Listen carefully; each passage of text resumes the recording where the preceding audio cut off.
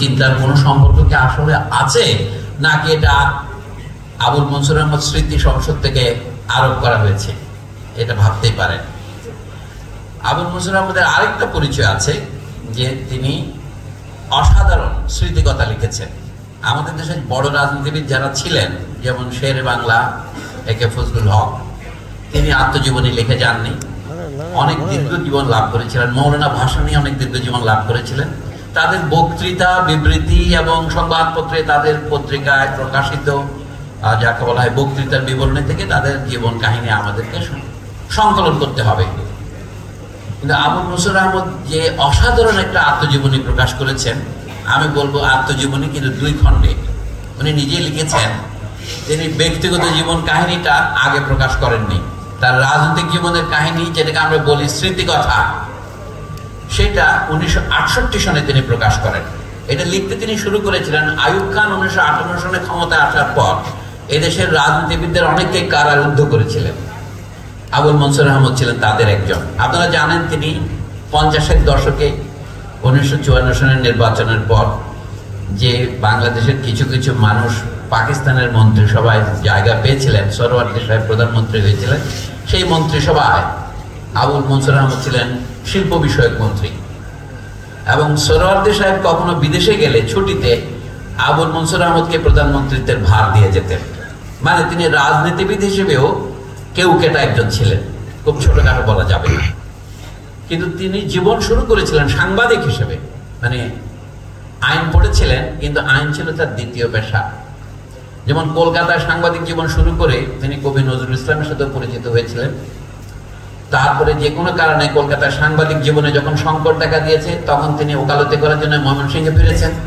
তিনি আসলে খাঁটি ময়মনসিংহা লোক এবং তার গদ্য লেখার মধ্যে তিনি মাঝে মাঝে ময়মনসিংহের স্থানীয় শব্দ ঢুকিয়ে দেওয়ার আপ্রাণ চেষ্টা করেছেন। আমি কোনো লোক সম্পর্কে যখন বক্তৃতা করি তাকে নির্জলা প্রশংসা করতে পারি না, প্রশংসার মধ্যে কিছু কিছু পানি ঢেলে দিতে হয়। আবুল মনসুর আহমদের অনেক সাধনা সফল হয়েছে, অনেক স্বপ্ন এখনো অপরিপূর্ণ আছে, কিন্তু অনেক প্রচেষ্টা এখনো লোকের দৃষ্টি আকর্ষণ করে নাই। তিনি তার নিজস্ব গদ্য রীতি নির্মাণ করতে চেয়েছিলেন। আমি যে 3টা হচ্ছে আবুল মনসুর আহমদের আয়নার প্রেম: সাহিত্যিক, সাংবাদিক, আইনজীবী, রাজনীতিবিদ। পরিশেষে আমি বলবো তার লেখা যে স্মৃতিকথা, সেগুলো আমাদের সকলের জন্য অবশ্য পাঠ্য হওয়া উচিত। প্রথম স্মৃতিকথার নাম তিনি 10 বছর ধরে লিখে এটা প্রথম প্রকাশ করেন। 1959 সনে শুরু করেন এবং 1968 সনে প্রকাশ করেন। তখনও এই দেশ পাকিস্তান আমলে, পূর্ব পাকিস্তান। বইটার নাম ছিল আমার দেখা রাজনীতির 50 বছর। তো সেটা তিনি কি লিখেছেন, একটা বড় বইয়ের তো সারমর্ম করা যায় না। সৌভাগ্য বিষয় আমাদের, এটা আলাদা বই আকারেও পাওয়া যায়। সম্প্রতি মানে গত কয়েক দশকে আবুল মনসুর আহমদের রচনাবলী 4 খণ্ড প্রকাশিত হয়েছে বাংলা একাডেমি থেকে। আরো 1 খণ্ড প্রকাশিত হবে বলে ইমরান মাহফুজ জানিয়েছেন, সেটা এখন মুদ্রণরত আছে। এই রচনাবলীর 3 নম্বর খণ্ডেও আমার দেখা রাজনীতির 50 বছর আছে। এইটার আমি শুনেছি ইংরেজি অনুবাদও হচ্ছে। এইটার অনেক ভূয়সী প্রশংসা শোনা যায়। পশ্চিম বাংলার যারা বিখ্যাত দার্শনিক গবেষক আছেন, পার্থ চ্যাটার্জি, গৌতম ভদ্র, দীপেশ চক্রবর্তী, আমি এদের সকলকে দেখেছি এটা নির্জলা প্রশংসা করতে। কারণ বাঙালি মুসলমান বলে যে একটা জনগোষ্ঠীর নাম শোনা যায়, এটাকে তিনি ওই বইয়ের মধ্যে জনপ্রিয় করেছেন। এটাকে গ্রহণযোগ্য একটা রাজনৈতিক বর্গ বা ক্যাটেগরিতে পরিণত করেছেন। বাঙালি মুসলমান প্রথমে মনে হলো এটা গুজব। বাঙালি মুসলমান বলার দরকার কি? বাঙালি বলে কি যথেষ্ট নয়? অথবা শুধু মুসলমান বলে কি যথেষ্ট নয়? আমরা বলছি পৃথিবীতে মানুষকে 2 ভাগে ভাগ করেন, মুসলমান আর অমুসলমান। সেই হিসেবে যে সমস্ত মুসলমান তাদের একটা বৃত্ত হয়। আর বাঙালি এবং অবাঙালি করলে কিছু মানুষ বাঙালি, কিছু মানুষ অবাঙালি। পৃথিবীর মানুষকে 2 ভাগে ভাগ করতে পারেন, যারা তাজমহল দেখেছে আর যারা তাজমহল দেখে নাই। বিল ক্লিন্টন বলেছিলেন না, মানুষকে নানাভাবে ভাগ করা যায়। তো যারা যুগপৎ বাঙালি এবং মুসলমান, তাদেরকে বাঙালি মুসলমান বলা হয়। 1971-এর মুক্তিযুদ্ধের পর আমাদের মধ্যে এমন একটা চল হয়েছিল যে বাঙালি বললে তো যথেষ্ট, মুসলমান কথা বলাটা তখন খুব একটা উপাদেয় ছিল না, অন্তত কয়েক বছর, 75 পর্যন্ত। এই জিনিসগুলো আপনারা সকলেই জানেন, আমি পুনরাবৃত্তি করছি না। আবুল মনসুর আহমদের বইটার মধ্যে দেখা গেল কেন বাঙালি মুসলমানেরা পাকিস্তানের পক্ষে গিয়েছিল। তার জীবনীটা আপনারা একটু করে দেখলেই বুঝতে পারবেন। বাংলাদেশ হওয়ার পর আমাদের অনেকের মনে হয়েছিল যে পাকিস্তান হওয়াটা একটা ভুল হয়েছিল। নিঃসন্দেহে আমাদের উপাচার্য মহোদয় যেমন বলেন, আমাদের অভিজ্ঞতা নাই বলে আমরা কিছু ভুল করছি, সেরকম কোনো কিছু ভুল হয় না এটা বলার উদ্দেশ্য নয়। কিন্তু মোটা দাগে যদি বলি, বাঙালি মুসলমানরা যে পাকিস্তানে যোগ দিয়েছিলেন তার ভুলটা কোথায় এবং তার শুদ্ধটা কোথায় এটা তো দেখাতে হবে। আবুল মনসুর আহমদ সেই কাজটা করেছেন। যারা জিনিসটা বুঝতে চান, এই বইয়ের নাম হতে পারতো পাকিস্তান প্রতিষ্ঠা, এবং পাকিস্তান প্রতিষ্ঠিত হওয়ার পর বঞ্চনার ইতিবৃত্ত। বাঙালি মুসলমান কি আশা করেছিল? আশা করেছিল যে এদেশে, অধ্যাপক কামাল উদ্দিন ঠিকই বলেছেন যে ব্রিটিশ শাসনের শেষ 100 বছর, বা বলতে গেলে 90 বছর, অর্থাৎ রানী ভিক্টোরিয়া যখন আমাদের মা হয়ে আসলেন তখন থেকে আমরা যে শাসন ব্যবস্থা পেলাম, সেইটার বিরুদ্ধে সংগ্রামটা কিসের ছিল? একটা জাতি বা জনগোষ্ঠী আকারে আত্মনিয়ন্ত্রণের অধিকার খেয়েছিলাম। সকলে মনে করেন ভারতবর্ষ এক জাতি। ভারতবর্ষ যে এক জাতি নয়, তার দুইটা প্রমাণ আপনারা নগদ দেখতে পারেন। ভারতবর্ষে যেটাকে বলা হয় ভারতীয় জাতীয় মহাসভা বা ইন্ডিয়ান ন্যাশনাল কংগ্রেস, তার প্রতিষ্ঠাতাদের একজন ছিলেন সুরেন্দ্রনাথ ব্যানার্জি। 1925 সনে তিনি মারা যান। তার কিছু আগে তার একটা আত্মজীবনী বেরিয়েছিল, ইংরেজি নামটা খুব মজার, a nation in the making, মানে যে জাতি এখনো জাতি হয় না, এখনো নির্মাণরত আছে জাতি, নির্মাণাধীন। আপনাদের বোধহয় অতীশ দীপঙ্কর হলের মতো যেটা নির্মাণাধীন জাতি। ভারতবর্ষ একটা জাতি হয়ে ওঠে না, তার দুটো কারণ। ভারত একটা জাতি হিসেবে গড়ে উঠতে যে বাধাগুলো আছে, তার এক নম্বর হচ্ছে ভারত অতীতে কোনোদিন এক জাতি ছিল না।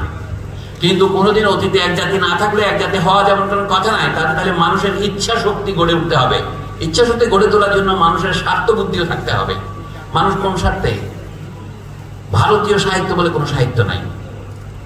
ভারতে অনেক সাহিত্য আছে। সংস্কৃত সাহিত্য সম্ভবত প্রাচীন। ভারতে ফার্সি আছে, উর্দু আছে, হিন্দি আছে, তামিল আছে, তেলুগু আছে, মারাঠি আছে, গুজরাটি আছে, কন্নডিকা আছে, বাংলা আছে। মানে ভারতে এরকম এখন অফিসিয়াল রাষ্ট্রভাষা হিসেবে ভারতে 22 থেকে 23টি ভাষা স্বীকৃতি পেয়েছে। কিন্তু অফিসিয়ালের বাইরেও 500-এরও বেশি ভাষা আছে। আমি শুধুমাত্র 4 ভাষার মতো ভাষার কথা বলছি না, উপভাষা নয়, যে ভাষা রাষ্ট্রীয়ভাবে স্বীকৃত তেমন ভাষায় ভারতে 23টা, এবং রাষ্ট্রীয়ভাবে স্বীকৃত না হলেও লিখিত রূপ আছে এমন ভাষাও 500-এর মতো। তাহলে সেখানে ভারতীয় সাহিত্য বলতে সবসময় বহু বচনে বলতে হবে, ইন্ডিয়ান লিটারেচার্স, ইন্ডিয়ান ল্যাঙ্গুয়েজেস। তো বাংলাদেশ সেই দিক থেকে আশ্চর্য রকম ভাবে ভালো। বাংলাদেশের সকলেই বাংলায় কথা বলেন, এটা আমার বক্তব্য নয়, কিন্তু 99 জন লোক বাংলায় কথা বলেন। এইরকম বৈশিষ্ট্য খুব কম দেশেরই আছে। সেই জন্য আমাদের মনে অহংকার হয়েছিল যে আমরা সবাই বাঙালি। কিন্তু তার মধ্যেও আপনারা দেখেন আমাদের তৎকালীন নেতারা বড় একটা ভুল করেছিলেন। বাঙালি অবাঙালি সবাই মিলে, হিন্দু মুসলমান অথবা মুসলমান ও মুসলমান সবাই মিলে আমরা বাংলাদেশের জনগণ। আচ্ছা, আমরা সবাই বাঙালি না বলে বাংলাদেশের জনগণ বলে কি বড় ভুল হয়? ভুল হয় না। রাষ্ট্র এভাবে একটা জাতি হয়ে উঠতে হয়। জাতি জিনিসটা আসমান থেকে নাজিল হয় না, এটা মাটি থেকে উদ্ভূত হয়। এবং তাকে কুমার যেমন মাটির ঠেলা নিয়ে তরল করে তা থেকে কলস বানান, ঘোড়া তৈরি করেন, জাতীয় হিসেবে তৈরি করার একটা ইতিহাসের ব্যাপার। এটা বলে জাতির একটা ইতিহাস আছে। 1920 সন নাগাদও যদি ভারত একটি জাতি না হয়ে ওঠে, এখনো নির্মাণাধীন থাকে, আমাদের বলতে হবে 2024 সনেও ভারত এখনো সেই নির্মাণাধীন প্রক্রিয়া শেষ হয়নি। কিন্তু তারপরেও বলা হচ্ছে ভারতে যারা এখন বাঙালি আছেন, আবুল মনসুর আহমদ সেটা আলোচনা করেছেন যে তারা এখন ভারতীয়, মানে ভারতীয় নাগরিক। কিন্তু বাংলাদেশের জনগণকে ইতিহাস এমন একটা কর্তব্য দিয়েছে, তারা হচ্ছে বাঙালি জনগণের রাষ্ট্র, যেখানে বাঙালি জনগণ 99% জন।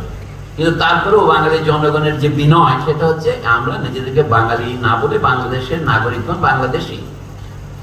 এটা শাসনতান্ত্রিক ব্যাপার। কিন্তু যে সমস্ত সরকার, যেমন বিগত যে সংবিধান এখন অজ্ঞান অবস্থায় আছে, মানে অজ্ঞান অবস্থায় আবুল মনসুর আহমদের পরবর্তীকালের ভাব শিষ্য বলতে হয়, বদরুদ্দিন ওমর সাহেবের উক্তি দিয়ে বলছি। আবুল মনসুর আহমদের কলিগ ছিলেন আবুল হাসিম। তো তারা যে যুগের নেতা, লক্ষ্যে আমরা কিন্তু অন্য অনেক পরের যুগের মানুষ। ইতিহাসে 100 বছর কম সময় নয় আমাদের দেশের জন্য।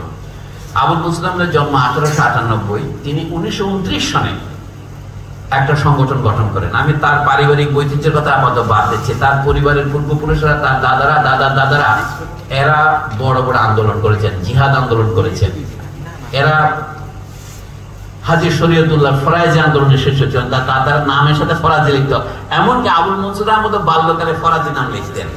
আল জামি তার নাম ছিল, আমাদের আল রাজির মতো, কিন্তু আল জামিটা অনেক কেটে দিয়েছেন পরে। জামি কিন্তু খন্দকারটা শুধু কেটে দিয়েছেন, রাজি রেখেছেন। মানুষ নাম একটু করে বদলায়, এটাও জাতির জাতি হওয়ার মতো আমরা নিজেদের এটা নির্মাণ করি। আমাদের জীবন খানিকটা স্বনির্মিত।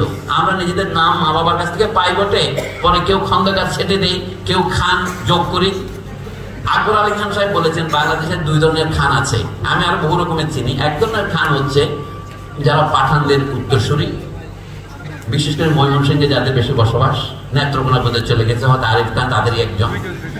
আবার এই নেত্রকোনা কিশোরগঞ্জের আরেক দল লোক খান উপাধি গ্রহণ করেছে, যারা আগে ব্রাহ্মণ ছিলেন। ব্রাহ্মণেরা যখন মুসলমান হন তখন তার জাতীয় আভিজাত্য বজায় রাখার জন্য তাদের হয়তো সৈয়দটা নিতে পারে না, খান উপাধি গ্রহণ করে। আকবর আলী খান তাদের একজন। ওনারা ব্রাহ্মণবাড়িয়া চলে আসতেন খান নাম নিয়ে। তো যা হোক, আবুল মনসুর আহমদ তার নাম ফেলে দিয়েছিলেন অনেকগুলি। এই ফরাজি আন্দোলনের মূল উদ্দেশ্যটা কি ছিল? জমিদার বাড়িতে একটা সন্তান হয়েছে, আপনার কৃষককে তার জন্য একটা আলাদা সেচ দিতে হবে। এটা হলো সন্তান জন্মের জন্য তার যে খরচ হবে সেই খরচ দিতে হবে।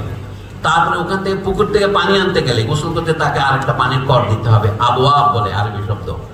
এইগুলির বিরুদ্ধে আন্দোলন শুরু যারা করেছিলেন তাদের একটা সংগঠিত কৃষক আন্দোলনের নাম ছিল বাংলাদেশের পরিপ্রেক্ষিতে ফরায়েজি।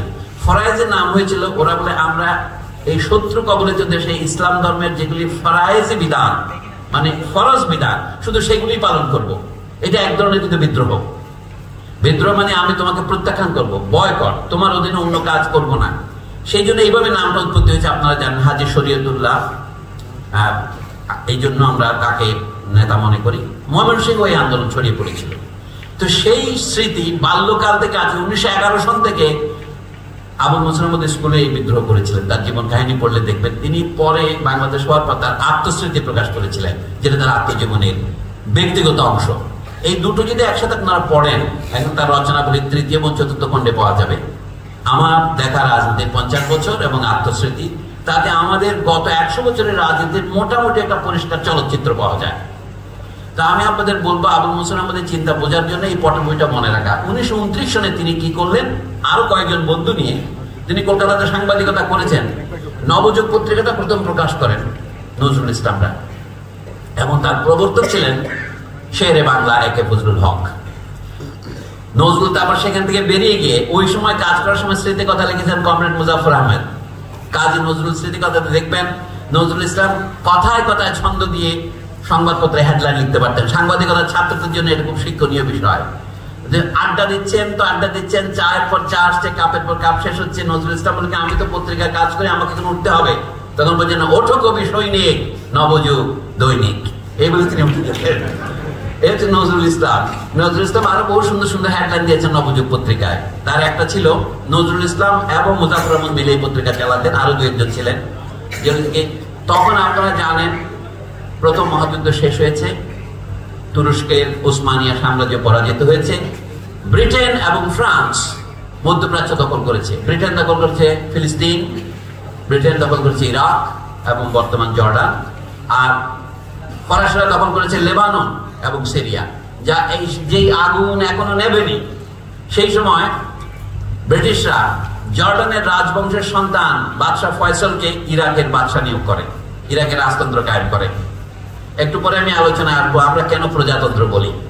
আমাদের অনেক বিজ্ঞ বন্ধু প্রজাতন্ত্র কথাটা পছন্দ করেন না, কিন্তু যারা রাজতন্ত্রের অত্যাচার বোঝেন না তাদের কাছে প্রজাতন্ত্র অর্থহীন হবে। প্রজাতন্ত্র হচ্ছে রাজতন্ত্র নয়, রাজতন্ত্রের বিরুদ্ধে বিদ্রোহ। যাকে আগে প্রজা বলা হতো এখন তার শাসন চলবে। সেই জন্য প্রজাতন্ত্রীরা পছন্দ করে নাই। ইরাকে যে পরে বিপ্লব হলো, সাদ্দাম হোসেনদের দল যে বিপ্লব করলো, সেইটার আগে ফয়সালের রাজত্ব ছিল। নজরুল ইসলাম হেড লিখতেন রবীন্দ্রনাথের কবিতার প্যারোডি করে, আজি ঝড়ে রাতে তোমার অভিশাপ, পরাণ সখা ফয়সুল হে আমার। ফয়সাল কোনি ফয়সুল করে লিখতেন। এই হচ্ছে নজরুল। এই সেই সময় আবুল মনসুর আহমদের সাথে পরিচয় হয়। বয়সে দেখা যায় হিসাব করলে আবুল মনসুর আহমদ নজরুল ইসলামের 1 বছরের বড়, যদি তাদের দেওয়া জন্মসনগুলো আমরা বিশ্বাস করি। 1899, 1888। আপনারা জানেন একটু আমরা এদিক ওদিক করি, 2 বছর কমাই বাড়াই। ইব্রাহিম খাঁ ছিলেন, ইব্রাহিম কায়েম আত্মজীবনী লিখেছেন, বাতায়ন আজকাল পাওয়া যায় না। এবং তাদেরই বন্ধু আবুল কালাম শামসুদ্দিন, ইনি ময়মনসিংহের লোক। এরা ময়মনসিংহের 3 দিকপাল ছিলেন। ইব্রাহিম খান 1894-তে জন্ম, আবুল মনসুর আহমদ 1898-তে জন্ম, শামসুদ্দিন আবুল কালামও কাছাকাছি সময়ের। আবুল কালাম শামসুদ্দিন পরে বরিশালের এক লেখক বেরিয়েছিলেন, ওনার নাম আবুল কালাম শামসুদ্দিন ছিল, উনি নাম বদলাইয়া শামসুদ্দিন আবুল কালাম করেন। ওই নাম নিয়ে যেন ওই আবুল মনসুর আহমদ যখন ভোটে জেতা যায়, সাহিত্যে কিন্তু আবার ভোটে জেতা যায় না, লোকে জানে কে কোন লেখক। উনি লিখছেন কাশ বনের কন্যা। তো আমি বক্তব্য শেষ করব না, কিন্তু ছোট করবো এই জন্য যে আপনাদের জন্য প্রশ্ন উত্তরগুলি উত্তর দেওয়া যায়। কিন্তু আপনারা কি শুনতে চান সেটা জানতে পারবো আপনাদের প্রশ্ন আসলে। আমি যে বক্তব্য সেটাতে এখন প্রবেশ করি। এইটুকু বললাম, এটা হচ্ছে কাসুন্দি। এখন মূল আচারে আসে। মূল আচারটা হচ্ছে, বাংলাদেশের সংবিধান যখন রচিত হলো সেই সময় আবুল মনসুর আহমদ অনেকগুলো আপত্তি করেছিলেন। সেটা আপনারা দেখতে পাবেন আমার দেখা রাজনীতির 50 বছরের পরবর্তী সংস্করণে তিনি সেটা যোগ করেছেন। এটা আমাদের সকলের জন্য পাঠ্যপুস্তক হতে পারে। সেখানে তিনি কি কি আপত্তিগুলি উত্থাপন করেছিলেন, এখন দেখেন সবগুলো গণঅভ্যুত্থানের পরে অনেক বেশি প্রাসঙ্গিক মনে হচ্ছে। কারণ তখন আমরা আগে পড়েছি, বুঝতে পারি না এটা কেন সমালোচনা। উদাহরণ দেই, এটা বোঝার একটা উদ্বোধে। এইখানে অধ্যাপক ছিলেন আনিসুজ্জামান, বাংলা বিভাগের জনপ্রিয় অধ্যাপক এবং অত্যন্ত সুবক্তা, সুলেখক, কোনো সন্দেহ নাই। তাহলে তিনি আবুল মনসুর আহমদের সংবিধান ভাবনা নিয়ে কি সমালোচনা করেছেন সেটা যদি আপনারা পড়েন, তাহলে আবুল মনসুর আহমদের ভাবনাটা ভালো বুঝতে পারবেন। সেই যেমন একটা উদাহরণ দিই, যে আবুল মনসুর আহমদ 1929 সনে নিখিল বঙ্গ কৃষক প্রজা সমিতি গঠন করেছেন, তারা আবুল কাসেম ফজলুল হকের সাথে মিলে, মানে একে ফজলুল হকের সাথে মিলে 1936 সনে এটাকে তারা রূপান্তরিত করেন কৃষক প্রজা পার্টি আকারে। প্রথমে এটা প্রতিষ্ঠা করেছিলেন কি জন্য? কৃষকের অধিকার আদায়ের জন্য। অর্থাৎ জমিদারের যে অত্যাচার, জমিদারের কাচারিতে গেলে মুসলমান কৃষকদেরকে নিচু শ্রেণীর পার্টিতে বসতে দেওয়া হতো। যদি আসন দেওয়া হতো, যারা হিন্দু কৃষক তাদেরকে দেওয়া হতো যদি 1 ফুট উঁচু, মুসলমানদের আধা ফুট উঁচু পিড়ি অথবা মাটিতে বসতে হতো। আবুল মনসুর অল্প বয়সে, বয়স 13 বছর, 1911 সনের কথা, তখন তিনি প্রতিবাদ করেছিলেন। যেমন মুসলমান কৃষক অনেক বড়, 80 বছর বয়স্ক, তাকে ছোট হিন্দু জমিদারের কর্মচারীগুলোকে তুই তোকারি করতো। আপনারা জানেন, ছাত্রদেরকে আপনারা ভালোবেসে শিক্ষকরা তুমি বলেন, আমি কিন্তু বলি না। এর কারণ হচ্ছে আবুল মনসুর আহমদের বই পড়েছি আমি। অর্থাৎ তুই বলার মধ্যে ভালোবাসা আছে, কিন্তু এর মধ্যে তোকারির মধ্যে অবজ্ঞাও আছে। উনি বলেন 80 বছর বয়স্ক আমার চাচাকে একজন পিয়ন বলছে তুই, তোরা এদিকে বস। তো উনি বলেন আমি প্রতিবাদ করে বললাম কি, জমিদারকে তিনি তুই বলা শুরু করলেন। বলে ভাই এই ছেলে তো বেয়াদম, আমাকে তুই বলে। বলে আপনি যে আমার দাদাকে তুই বলেন? বলে না না, বড়দেরকে ছোটরা কখনো তুই বলে না। বলে আপনার ছোট চাকর যে আমার বড় চাচাকে তুই বললো। এই ছিল আবুল মনসুরের গঠন। তারপরে 1929 সনে তারা বলেন কি, প্রজার অধিকার আদায়ের জন্য বলেন এইটা হবে অরাজনৈতিক সংগঠন। আমার ধারণা আপনাদের রাষ্ট্রচিন্তা একটা অরাজনৈতিক সংগঠন, সেই অর্থে নির্দলীয়। আমাদের খারাপ বাঙালিরা বলে অদলীয়, মানে বাংলায় অদলীয়। অ এবং মি কোনটা কোথায় কাজে লাগবে এটা যে বোঝে না, তার কোনো কবিত্বের বোধ নাই। এই জন্য কোন এক বিখ্যাত ইংরেজ কবি বলেছিলেন, kill him for his bad poetry. দয়া করে ভুল ব্যাখ্যা করুন, আমি কাউকে হত্যা করতে বলছি না, কিল দ্য আইডিয়া। মানে অদলীয় নয়, নির্দলীয়। কেন অ লাগবে না, কেন নি লাগবে সে তর্ক করবো না। তো উনি নির্দলীয় সংগঠন করেছিলেন, নিখিল বঙ্গ মানে প্রজা সমিতি, অল বেঙ্গল প্রজা সমিতি। ইংরেজি তো প্রজা অনুবাদ করে না, প্রজার কি অনুবাদ করবেন? প্রজার অনুবাদ টিনেন করলে কেউ অনুবাদ ভাড়া দিয়ে করতে পারে, কারণ শব্দের যে নানা রকম অর্থ হয়। তাহলে 7 বছরের মধ্যে আবুল কাসেম ফজলুল হক তারা সিদ্ধান্ত নিলেন তারা নির্বাচনে দৌড়াবেন। কারণ 1935 সালের ভারত শাসন আইন পাস হয়েছে, নির্বাচনে প্রথম প্রতিযোগিতা হবে। এবং ফজলুল হক সেইটাতে তৎকালীন প্রধানমন্ত্রী হয়েছিলেন। চিফ মিনিস্টারকে প্রধানমন্ত্রী বলতো তখন, প্রাইম মিনিস্টার। আবুল কাসেম ফজলুল হকের নেতৃত্বে তিনি যোগ দিলেন। কৃষক প্রজা পার্টি করলেন, আমি খুব সংক্ষেপে বলছি, 1944 পর্যন্ত। তারপর আবুল মনসুর আধুনিক বই লেখকদের ভাষায় বিশ্বাসঘাতকতা করলেন। কি করলেন? মুসলিম লীগে যোগ দিলেন। তাহলে আবুল মনসুরের মতো লোক, যিনি কৃষক প্রজা সমিতি, অল বেঙ্গল নিখিল বঙ্গ প্রজা সমিতি থেকে কৃষক প্রজা পার্টি কেপিপি, এটা বাংলাদেশ স্বাধীন হওয়া, পাকিস্তান হওয়ার পরেও এটা ছিল যুক্ত ফ্রন্টের মধ্যে। তারপরে তিনি মুসলিম লীগে যোগ দিলেন।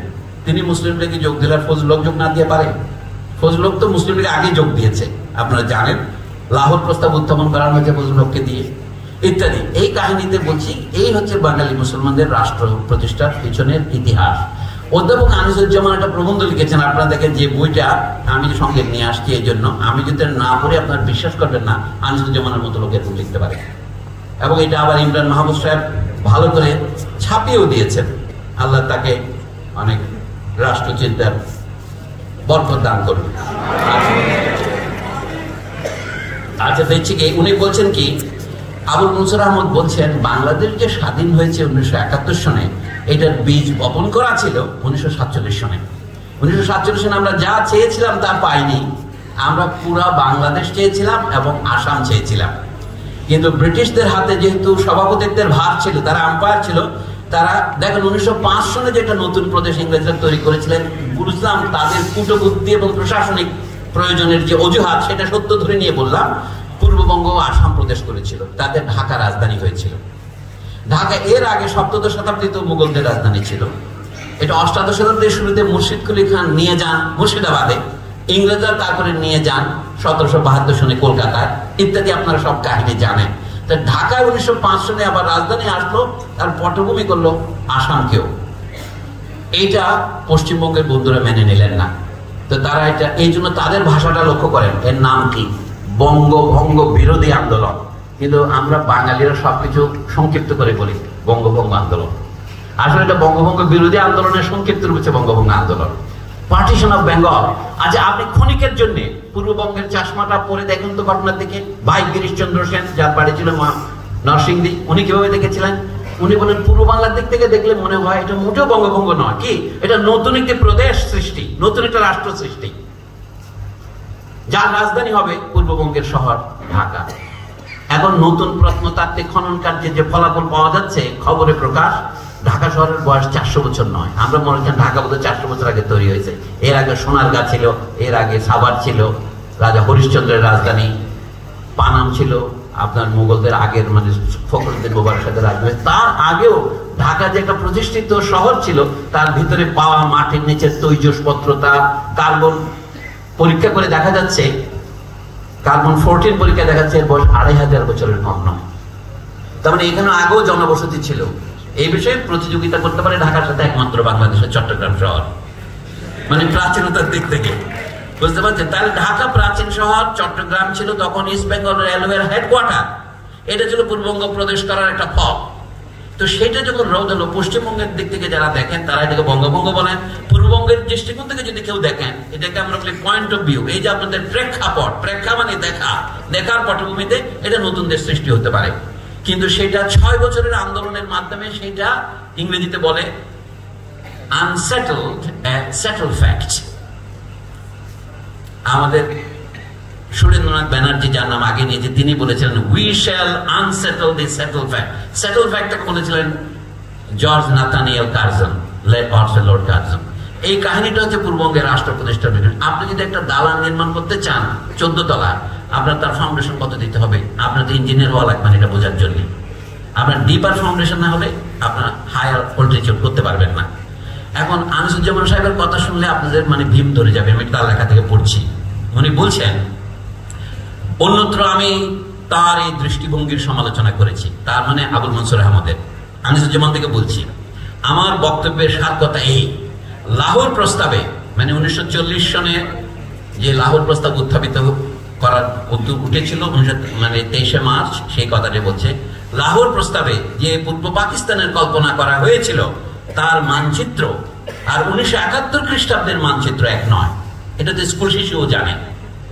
আনিসুজ্জামান বলছেন 1947 থেকে 1971 খ্রিস্টাব্দ পর্যন্ত পাকিস্তানে, বিশেষত পূর্ব পাকিস্তানে রাজনৈতিক আন্দোলনের যে ধারাবাহিকতা ছিল, সেই ধারাবাহিকতায় সংগঠিত হয়েছিল বাংলাদেশের মুক্তিযুদ্ধ। এই মুক্তিযুদ্ধের বীজ উক্ত হয়েছিল, রোপণ করা হয়েছিল 1952 খ্রিস্টাব্দের ভাষা আন্দোলনে, 1940 খ্রিস্টাব্দের লাহোর প্রস্তাবে নয়। পাকিস্তানের অভ্যুদয়ে নয়, বরং তার বিলয়ের মধ্যেই বাংলাদেশের আবির্ভাব লক্ষ্য করার সময় ছিল। উদ্ধৃতি শেষ। আনিসুজ্জামান বলছেন। এখন আপনারা বিচার করেন। আমি তরুণ ছাত্রদের বলছি, আমার বন্ধু আরিফ খানের মতো আমি আপনাদেরকে পুনরাবৃত্তি করাবো না। লেখাপড়া মানে মুখস্থ করা নয়, অথবা অঙ্গীকার করা নয় যেটা আগামীকাল থেকে পালন করবো না। আমরা সকলেই বৈষম্য করবো, বলছে বৈষম্য করবো না, তার চেয়ে বরং যেটা ভেবে দেখেন বিশ্ববিদ্যালয়ের পড়াশোনার উদ্দেশ্য মুখস্থ করা নয়, চিন্তা করা। যাহলে 1952 সন থেকেই বাংলাদেশের বীজ উক্ত হয়েছিল, এই কথা বলছেন আনিসুজ্জামান এবং যে সমালোচনা করছেন আবুল মনসুর আহমদকে, যিনি বলছেন ন, বাংলাদেশের এই বীজটা উক্ত হয়েছিল 1940 সালে লাহোর প্রস্তাবে। লাহোর প্রস্তাবে কি ছিল?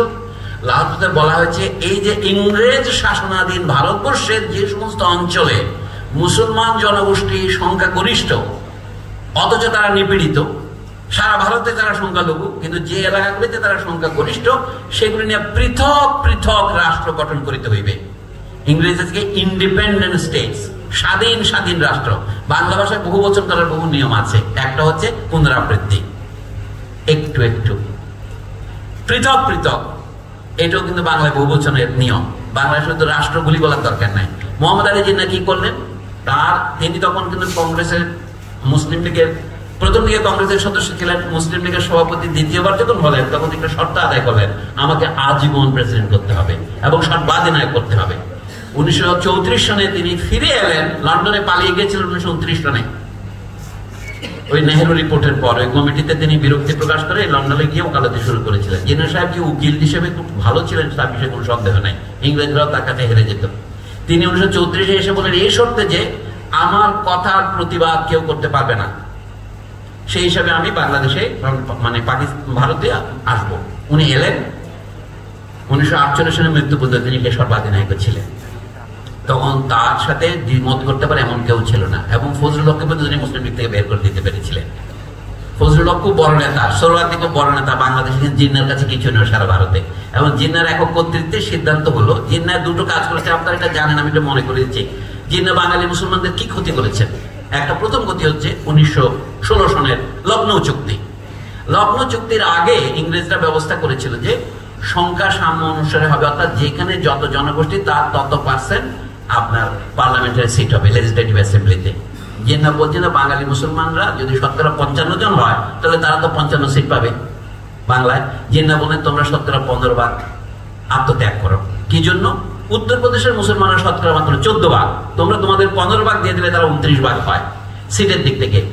উত্তর ভারতের মানে যেটাকে উত্তরপ্রদেশ বলা হতো, এখন বলা হয়, আগে বলা হতো সংযুক্ত প্রদেশ, ইউপি, সেইখানের সংখ্যা বাড়াবার জন্য বাঙালি মুসলমানদের করালেন। তার বিনিময়ে তিনি কি পাবেন? কংগ্রেস তাকে স্বীকৃতি দেবে। কারণ মুসলিম লীগকে এই পর্যন্ত কংগ্রেস মনে করতে যে সাম্প্রদায়িক দল, এখন তারা এটিকে জাতীয় দল হিসেবে স্বীকৃতি দেবে। 1916 সনে লখনৌতে পাশাপাশি সম্মেলন হয় নিখিল ভারত Muslim League, all India Muslim League এবং ইন্ডিয়ান ন্যাশনাল কংগ্রেস অথবা ভারতীয় জাতীয় মহাসভা। সেইখানে জিন্নাহকে এই জন্য বলা হয় হিন্দু মুসলমান মিলনের অগ্রদূত। তিনি কি দিলেন আর কি নিলেন দেখেন। বাংলার মুসলমানরা দিল 15 ভাগ, যেন তখন বাংলাদেশের হিন্দুরা রাজি হলো, কিন্তু তারাই কংগ্রেসের সর্বাধিনায়ক, যে এইখানে তাদের রাজত্ব অক্ষুণ্ণ থাকবে। আমি যে এই জিনিসগুলিকে আপনি সাম্প্রদায়িক বলেন আর জাতীয় বলেন, এগুলি ইতিহাসের অকাট্য ঘটনা, যা কেউ অস্বীকার করতে পারবে না। এগুলো আবুল মনসুর আমাদের লেখা পড়লে জানা যায়, এবং আদার থিংস। তো উনি বারবার বলছেন, জিন্নাহ যখন এলেন তারপরে এটা রয়েছে 1947 সালের দেশভাগের সময় একই ঘটনা ঘটেছে। আমি সেটাতে যাচ্ছি না। আবুল মনসুর আমাদের বক্তব্য ছিল যে 1947 আগেই যে ব্রিটিশ বিরোধী সংগ্রাম হয়েছে সেই কাহিনী বাদ দিয়ে স্বাধীন বাংলাদেশের অভ্যুদয়কে কখনো কল্পনা করা যায় না। কিন্তু আনিসুজ্জামানদের যে রাষ্ট্রচিন্তা কত রস্য আকৃতির ছিল তার প্রমাণ হচ্ছে এটাই। অথচ লোকে বই লিখে নাম যে সংবিধান আনিসুজ্জামান। আজকে আমি আলোচনা করতেছি আবুল মনসুর আহমদ সম্পর্কে, আনিসুজ্জামান সম্পর্কে নয়। তবু বলছি আনিসুজ্জামানের কথাটা আপনাকে বুঝতে হবে। তিনি সংবিধানের বাংলা অনুবাদ করেছেন, শুধু তাই নয়, তিনি কিন্তু সংবিধানের ভাবধারাও নির্মাণে কিছুটা সহায়ক হয়েছেন। যার একটা জলজান্ত প্রমাণ হচ্ছে স্বাধীন বাংলাদেশের জন্ম হয়েছিল 1952 সালের ভাষা আন্দোলনে। 1940 তার কোনো সম্পর্ক ছিল না। তো জিন্নাহ সাহেব কি করলেন? 1946 সনে যখন বিপুল বিজয়ী হলো মুসলিম লীগ, 1970 নির্বাচনে আওয়ামী লীগ কি জিতেছিল এখানে, তার চেয়ে বেশি ভোটে মুসলিম লীগ 1946 নির্বাচনে জিতেছিল। এবং জেতার ফলে তখন প্রাদেশিক পরিষদে এবং কেন্দ্রীয় পরিষদে যত মুসলিম সদস্য মানে মুসলিম লীগ সদস্য সারা ভারতে নির্বাচিত হয়েছিলেন 450-র কাছাকাছি। খুব একটা ঐতিহাসিক মজার তথ্য আছে।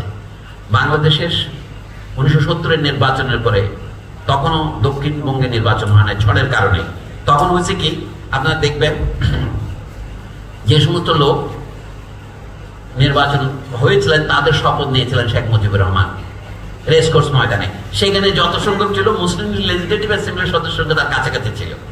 তো সেখানে জিন্না তাদেরকে শপথ নেওয়াইছিলেন। ওইখানে আবুল হাসিম মানে যাকে সমর্থন করেন আবুল মনসুর আহমদ, তারা প্রস্তাব করেছিলেন এইটা ভবিষ্যতে আমাদের ইন্ডিপেন্ডেন্ট স্টেটস তৈরি করতে হবে, কিন্তু তাদেরকে পরাজিত করে জিন্নার একক কর্তৃত্বে 1946 সনের মুসলিম লীগ লেজিসলেটর অ্যাসেম্বলি মেম্বার্স লেজিসলেটরস এর সম্মেলনে যেটা গৃহীত হয়েছিল সেটা হচ্ছে একটা পাকিস্তান হবে। এই জন্য 1940 সনের লাহোর প্রস্তাবকে অনেকে ভুল করে পাকিস্তান প্রস্তাব বলে। ওখানে পাকিস্তান শব্দই ছিল না, পাকিস্তান প্রস্তাবও ছিল না। এটা 1946 সনে দিল্লিতে মুসলিম লীগের যে নির্বাচিত সংবিধান সভা কনস্টিটিউয়েন্ট অ্যাসেম্বলি মেম্বার যারা প্রবিষ্ট হবে তাদের সম্মেলনে, এবং বাংলাদেশের নির্বাচিত সদস্যদের আপত্তিকে উপেক্ষা করে জিন্নার কর্তৃত্বের বলে। সেটা বাদ দিয়ে আপনি কি করে 1971 সনে বাংলাদেশের অভ্যুত্থানকে চিন্তা করবেন? আনিসুজ্জামান সাহেব এটাই বলেছে। যাও, সংবিধান প্রণয়নের পরে কি কি ত্রুটি হয়েছে আমি এটা বলেই আমরা একটু থামবো। আবুল মনসুরের চিন্তার উদাহরণ হিসেবে বলছি, আমার দেখা রাজনীতির 50 বছর বইয়ের যে অধ্যায়ের নাম হচ্ছে, এটা দ্বিতীয় অধ্যায় বলেছেন উপাধ্যায় 8, শেষ অধ্যায়ের মধ্যে সংবিধান রচনা। সেখানে তিনি কয়েকটা মজার কথা বলেছেন, এইটা আমি বলি। লোকে কিভাবে বেইমানি করে সেটা বলছি। আমার বাংলাদেশ স্বাধীন হওয়ার পর আপনারা জানেন না, বাংলাদেশের এই যে বললেন আরিফ খান আমাদের মুখস্থ করালেন সংবিধানের 3টা ভাগ থাকে। বাংলাদেশের যে সংবিধানটা আছে তাতে 3টা নয় 11টা ভাগ আছে সরকারি ভাষায়। প্রথম 3টা ভাগকে বলা হচ্ছে, উনি এক ভাগ বলেছেন সংবিধানের প্রস্তাবনা, রাষ্ট্র পরিচালনার মূলনীতি এবং মৌলিক অধিকার। এই 3টাকে যদি এক ভাগ ধরি, এইটা নিয়ে সব আলোচনা হয়েছে, তো আমিও সেটাই পুনরাবৃত্তি করি। সেখানে কিন্তু অনেক গন্ডগোলের বীজ সংরূপিত আছে। সারা পৃথিবীতে যে সমস্ত অধিকার মৌলিক অধিকার হিসেবে স্বীকৃত, বাংলাদেশের 72 সংবিধানে তার সবগুলিকে অস্বীকার করা হয়েছে, সেগুলিকে নিয়ে যাওয়া হয়েছে দ্বিতীয় ভাগে। দ্বিতীয় ভাগে বলতে রাষ্ট্র পরিচালনার মূলনীতি, যেমন ধরেন শিক্ষা একটি অধিকার, স্বাস্থ্য একটি অধিকার, এগুলি কিন্তু আপনি দাবি করার জন্য কোর্টে যেতে পারবেন না, কারণ এগুলি রাষ্ট্র পরিচালনার মূলনীতিতে আছে। বলা হয়েছে এগুলি আদালতে দাবি করা যাবে না, এগুলি জুডিশিয়ালি এনফোর্সেবল নয়। অথচ 1966 সনে জাতিসংঘ সার্বজনীন মানবাধিকারের ঘোষণাকে জুডিশিয়ালি এনফোর্সেবল করার জন্য 2টি কোভেন্যান্ট রচনা করে। একটা নাম হচ্ছে কোভেন্যান্ট, ইন্টারন্যাশনাল কোভেন্যান্ট মানে আন্তর্জাতিক চুক্তি, কোভেন্যান্টের সহজ অনুবাদ হচ্ছে চুক্তি on civil and political rights, নাগরিক এবং রাজনৈতিক অধিকার। আর দ্বিতীয়টার নাম একই বছরে পাশ হয়, international covenant on economic, social and cultural rights, অর্থনৈতিক, সামাজিক এবং সাংস্কৃতিক অধিকার। তার মানে ওই কোভেন্যান্টে যারা স্বাক্ষর করবে এটা জুডিশিয়ালি এনফোর্সেবল হবে। পাকিস্তান করেছিল, বাংলাদেশ দেয়ার করেছে, সুতরাং এটা জুডিশিয়ালি এনফোর্সেবল। কিন্তু বাংলাদেশের সংবিধান সেটাকে নাকচ করে দিয়েছে। এখন যদি মামলা হয় তাহলে এটা কোনটা টিকবে? আন্তর্জাতিক বিধানে যেটা বাংলাদেশ সদস্য হয়েছে সেটাকে বাংলাদেশ যদি বাতিল না করে তাহলে এটা জুডিশিয়ালি এনফোর্সেবল হবে, এখানে সংবিধানকে ওভাররাইড করা যাবে। কিন্তু বাংলাদেশে এটা করার কারো সাহস নাই। যেমন তার শিক্ষা একটা অধিকার বলছি, তাহলে শিক্ষা অধিকার হলে আমাকে পয়সা দিয়ে তো আমি শিক্ষা কিনবো না, শিক্ষা তো পণ্য নয়। আরো প্রশ্ন আছে, কত বছর শিক্ষা অধিকার? আমি এই প্রশ্নে যাচ্ছি না, আমাদের সংবিধানের মূল ত্রুটির মধ্যে এটা একটা ত্রুটি। আরিফ খান সাহেবের বক্তৃতা আমি পত্রিকায় পড়েছি, সেখানে উনি লিখছেন 72 সংবিধানের সমালোচক যত বেশি মানে প্রশংসাকারী তত বেশি নয়। আমি যেখানে প্রশংসা করার দরকার সেখানে প্রশংসা করব, যেখানে নিন্দা করার দরকার। 72 সংবিধানের সবচেয়ে বড় মিথ্যাটা কি সেটা বলছি। তার প্রিয়াম্বলের মধ্যে কোথাও লেখে নাই যে আমরা এই রাষ্ট্র প্রতিষ্ঠা করছি পাকিস্তানের বিরুদ্ধে বিদ্রোহ করে। 1971-এর 10 এপ্রিলের যে ঘোষণা, সেটা যদি প্রিয়াম্বলে দেওয়া হয় তাহলে বলা হবে 3টা লক্ষ্যকে সামনে রেখে আমরা বাংলাদেশের সংবিধান প্রণয়ন করছি। বাংলাদেশের জনগণের মধ্যে আমরা সমতা বিধান করব, সাম্য প্রতিষ্ঠা করব, বাংলাদেশের জনগণের মানবিক মর্যাদা সর্বদা সমুন্নত রাখবো, এবং বাংলাদেশের জনগণের মধ্যে সামাজিক ন্যায় বিচার বা সুবিচার বা ইনসাফ সমুন্নত রাখবো, প্রতিষ্ঠা করব, কায়েম করব। এইটাকে পাশ কাটিয়ে তারা বললেন কি, তারা অদ্ভুত কতগুলো জিনিস বললেন। সেগুলি কি? বাংলাদেশের রাজনীতির মূল লক্ষ্য হবে 4টা: গণতন্ত্র, সমাজতন্ত্র, ধর্মনিরপেক্ষতা, জাতীয়তাবাদ। এগুলো সব অনুবাদ, কিন্তু অন্য কোনো ডকুমেন্টে নাই। কোন ডকুমেন্টে নাই? আওয়ামী লীগের 6 দফা দেখেন, তাতে এই কথা নাই, কারণ আওয়ামী লীগের 6 দফা তো পাকিস্তানের পরিপ্রেক্ষিতে রচিত।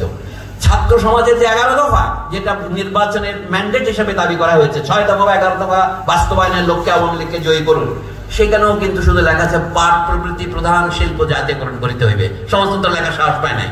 এখানে কোথাও বাঙালি জাতীয়তাবাদ পাবেন না। আওয়ামী লীগের সেই ডকুমেন্টের শেষে নির্বাচনী সব জায়গায় আবুল মনসুর এটা ছাপিয়ে দিয়েছে, তার বইতে দেখেন, সেখানে জয় বাংলার পরে জয় পাকিস্তান লেখা আছে। 1971-এর 7ই মার্চের বিখ্যাত বক্তৃতা শেখ সাহেব জয় বাংলা বলার পর জয় পাকিস্তান বলেছিলেন কিনা এটা নিয়ে বিতর্ক আছে। সমস্ত প্রমাণ মুছে ফেলার চেষ্টা হয়েছে। আওয়ামী লীগের সর্বশেষ শেখ হাসিনার মন্ত্রিসভার উপপ্রধানমন্ত্রী মর্যাদার মতো যোগ্য লোক, মুক্তিবাহিনীর উপ অধিনায়ক সর্বাধিনায়ক আবুল কাশেম খন্দকার, বোধন একে খন্দকার, আব্দুল করিম খন্দকার, উনি যে বইতে এটা লিখেছিলেন সেই বই বাজার থেকে প্রত্যাহার করতে বাধ্য করা হয়েছে। কিন্তু এই বইটা মানে শেখ হাসিনা খেয়াল করে নাই, এটা বাতিল করে নাই। এখানে মধ্যে আছে। আচ্ছা, আমরা কি করেছি তাহলে আবুল মনসুরের কাছ থেকে আমরা জিনিসটা একটু দেই। এটা কি করেছিলেন আবুল মনসুর বলছেন, কিন্তু আওয়ামী নেতারা সংবিধান রচনায় জওহরলাল নেতৃত্বের কংগ্রেসের অনুসরণ না করিয়া চৌধুরী মোহাম্মদ আলীর নেতৃত্বের মুসলিম লীগকে অনুসরণ করিয়াছেন। কি করলেন? এটা করিয়া আওয়ামী লীগ নেতৃত্ব 1972 সনে সংবিধানের প্রস্তাবনায় মুসলিম লীগের মতোই ভুল তথ্য পরিবেশন করিয়াছেন। আবুল মনসুরের এই বই প্রকাশিত হওয়ার পরেও তো এখন প্রায় 45 বছর পার হয়েছে এই সংস্করণের পর, কিন্তু কোন আওয়ামী লীগ নেতা এটা প্রতিবাদ করতে পারেন নাই, কোন আওয়ামী বুদ্ধিজীবী, এমনকি আনিসুজ্জামান যিনি এত কথা লিখছেন তিনি এটা প্রতিবাদ করতে পারেন নাই।